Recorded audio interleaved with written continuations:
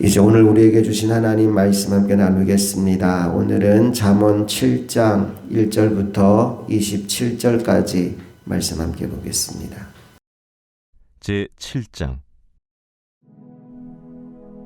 내 아들아, 내 말을 지키며 내 계명을 간직하라. 내 계명을 지켜 살며 내 법을 내 눈동자처럼 지키라. 이것을 내 손가락에 매며 이것을 내 마음판에 새기라. 지혜에게 너는 내 누이라 하며 명철에게 너는 내 친족이라 하라. 그리하면 이것이 너를 지켜서 음녀에게 말로 호리는 이방 여인에게 빠지지 않게 하리라. 내가 내 집 들창으로 살창으로 내다보다가 어리석은 자 중에 젊은이 가운데에 한 지혜 없는 자를 보았노라. 그가 거리를 지나 음녀의 골목 모퉁이로 가까이하여 그의 집 쪽으로 가는데 저물 때, 황혼 때, 깊은 밤 흑암 중에라. 그때 기생의 옷을 입은 간교한 여인이 그를 맞으니 이 여인은 떠들며 완악하며 그의 발이 집에 머물지 아니하여 어떤 때에는 거리, 어떤 때에는 광장, 또 모퉁이마다 서서 사람을 기다리는 자라. 그 여인이 그를 붙잡고 그에게 입맞추며 부끄러움을 모르는 얼굴로 그에게 말하되, 내가 화목제를 드려 서원한 것을 오늘 갚았노라. 이러므로 내가 너를 맞으려고 나와 내 얼굴을 찾다가 너를 만났도다.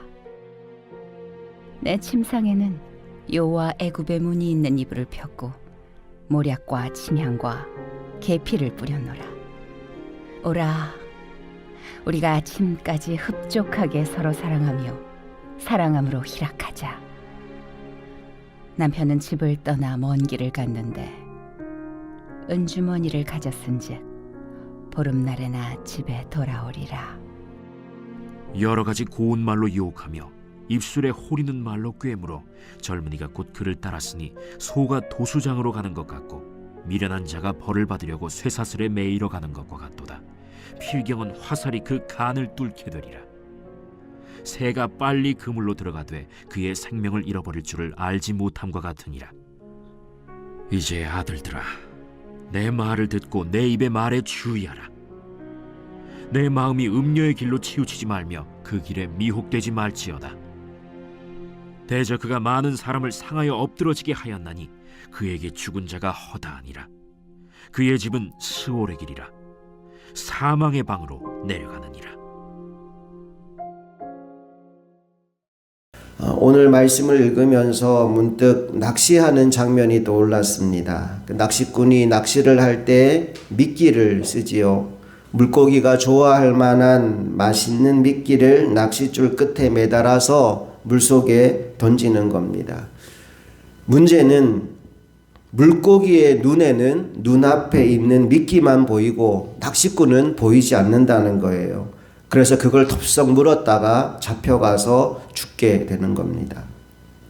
만약 물고기의 눈에 낚시꾼이 보이고 또 이걸 물면 내가 낚인다는 걸 알았다면 미끼를 물 어리석은 물고기는 없을 겁니다.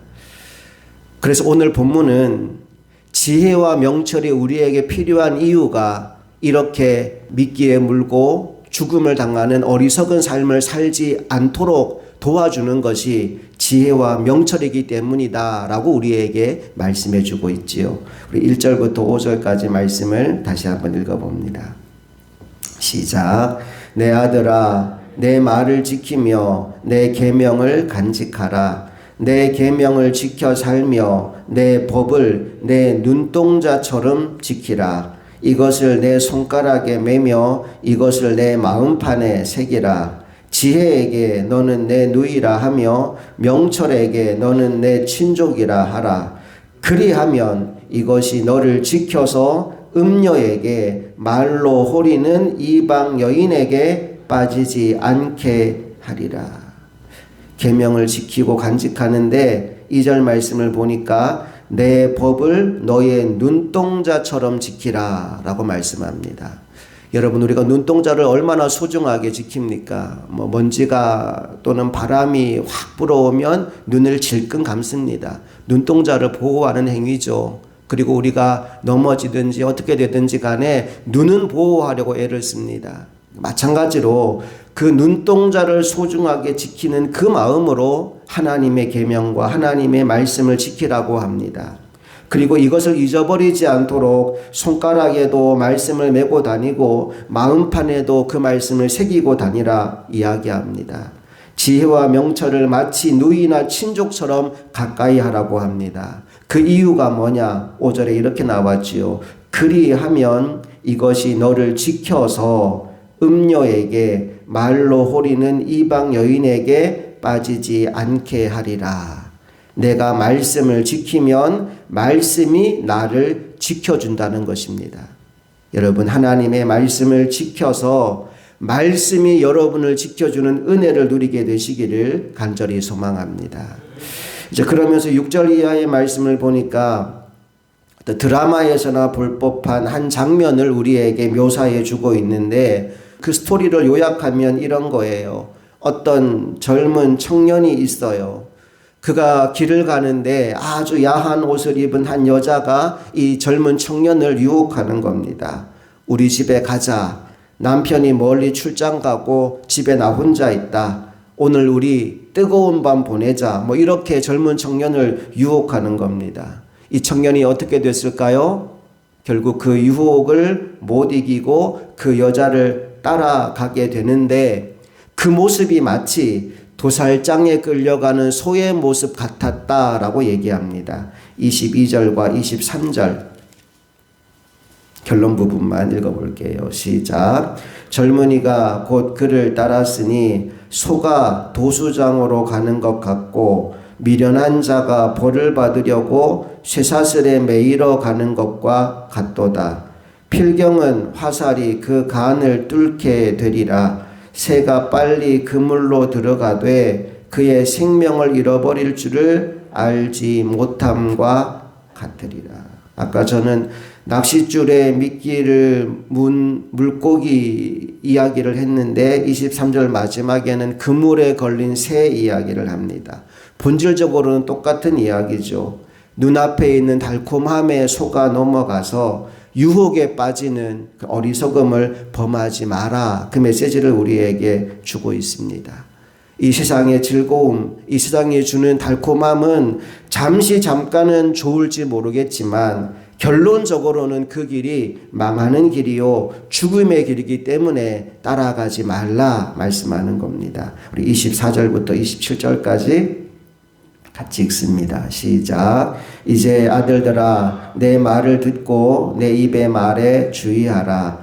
내 마음이 음녀의 길로 치우치지 말며 그 길에 미혹되지 말지어다. 대저 그가 많은 사람을 상하여 엎드러지게 하였나니 그에게 죽은 자가 허다하도다.